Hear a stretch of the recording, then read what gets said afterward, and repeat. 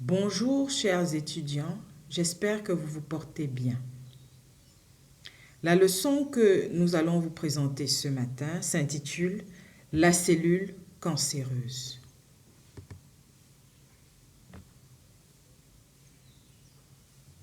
À la fin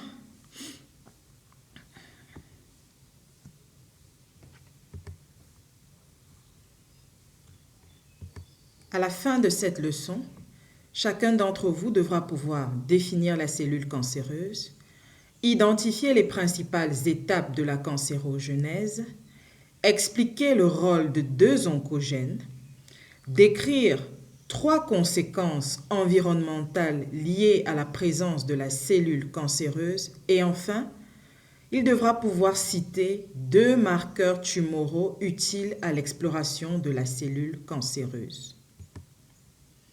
Notre propos va s'articuler autour du plan ci affiché. Nous commencerons par une introduction. Notre premier chapitre portera sur des généralités.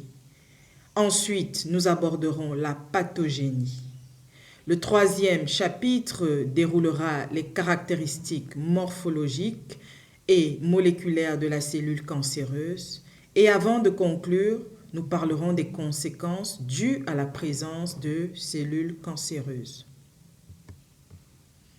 En résumé, la cellule cancéreuse est une cellule qui a perdu tous ses mécanismes normaux de régulation et elle a acquis des propriétés pathologiques pour proliférer indéfiniment et ainsi induire le cancer.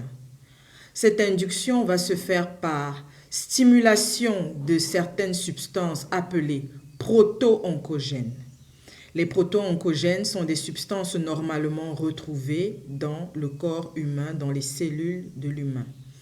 Ces proto-oncogènes vont se transformer en oncogènes. Ces oncogènes sont capables d'induire la transformation d'une cellule en cellule cancéreuse. On notera aussi, en dehors des stimulations des proto-oncogènes, l'inactivation de certains gènes appelés gènes suppresseurs de tumeurs.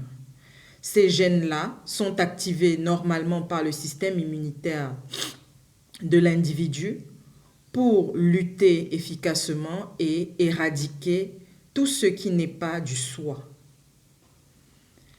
Toutefois, lorsque les mécanismes des cellules immunitaires sont dépassés, la présence de cellules cancéreuses aura des conséquences non seulement locales, mais régionales et générales, pouvant conduire à la mort du patient. De nos jours, grâce aux nombreuses recherches faites dans le domaine et aux avancées auxquelles ces recherches ont mené en mettant sur pied des thérapies ciblées, on note une avancée grandissante dans le traitement du cancer. Les gènes spécifiques impliqués dans les cancers ont été découverts, étudiés, mis à nu et des thérapies ciblées mises sur pied pour combattre efficacement le cancer. Dans nos pays, ces thérapies ciblées sont de coût peu abordables, donc on note une difficulté d'accès pour nos patients et ce qui résulte en une mortalité encore très grande qui est liée au cancer. Je vous remercie.